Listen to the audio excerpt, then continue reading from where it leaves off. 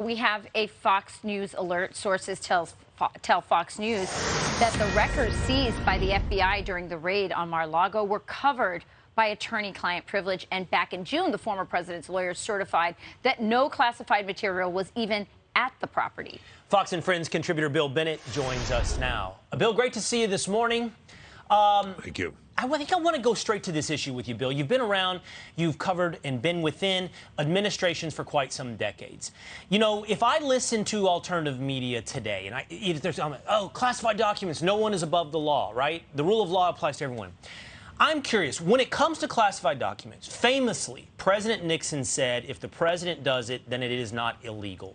Is that not truly the standard when it comes to classified documents? The president has the ability to at any time declassify anything. The president does. There is a procedure that the president must follow, but the president can declassify these documents. We cannot exaggerate the importance of this situation and the deadly seriousness of it. This is a former president of the United States, very possibly the candidate for president on the Republican side against Joe Biden or whoever it is in 2024. And if you look at the various acts that are suggested being violated, one of them is the Espionage Act, accusing a former president, a future candidate for president, of espionage. Now, everybody's talking about the affidavit. The affidavit will clarify what justified the warrant. I'm not so sure. I think it could still be very general and very vague. You know, sober authorities like Andy McCarthy have said, look, this is beginning to feel very much like a fishing expedition. They went down there to get whatever they could, to find out whatever they could use against President Trump, former President Trump. And Andy McCarthy believes, and many people believe, it's about January 6th. The larger picture, very quickly, is a crisis of legitimacy in this country. The liberals, the progressives, feel that Donald Trump is not a legitimate person, not a legitimate candidate, wasn't a legitimate president, and his followers not much better. Conservatives, on the other hand, believe that by the actions of this government, it has delegitimized itself. The FBI is not what the FBI should be. Maybe we'll get some clarification from that affidavit. I'm not so sure. Let's wait and see. It's very well put, a legitimacy crisis. Very well put, for sure.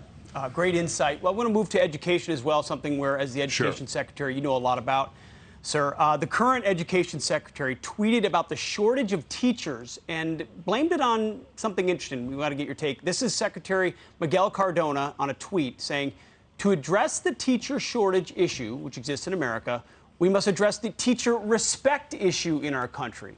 We must stop normalizing providing teachers with inadequate resources to be successful. Mr. Secretary, is this a respect issue? Certainly not a resources issue. In some cases, it's a respect issue because parents during COVID looked over their kid's shoulder and said, what are they teaching? Why are they doing that? Look, teachers earn parents' trust. And as we used to say, trust but verify. There are still a lot of teachers out there who parents trust. But there's a new feeling in the land, and that is we have to look at these teachers. We have to look at the curriculum plan. We have to find out what it is they're teaching. Parents are now much more vigilant. And I don't know if you noticed that poll. I don't know if you want to talk about this. But for the first time in my memory, Republicans have more confidence from the public in education than Democrats do.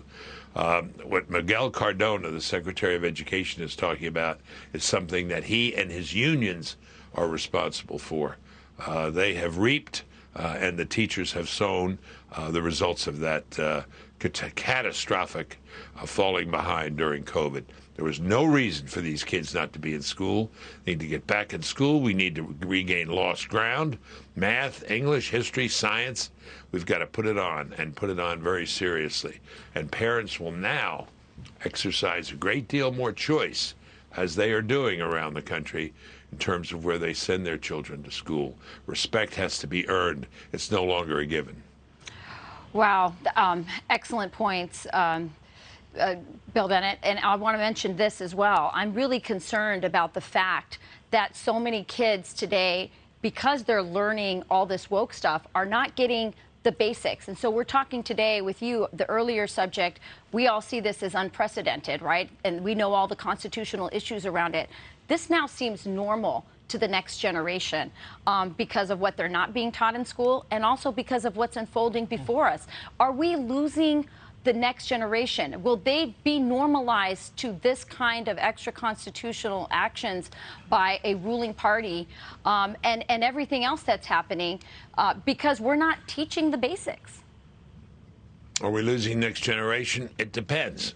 And it depends on the efforts of parents and teachers. But teachers must gain the trust of parents again. That was lost during COVID. And if they want to regain it, they need to explain to parents what it is they're teaching and why they're teaching it. But you are seeing parents move in other directions from the government schools. And I'll tell you, the burden of proof now is on these schools to suggest we are teaching the things students learn. But the question you asked, Rachel, is a good one. Have we lost this generation? Not yet.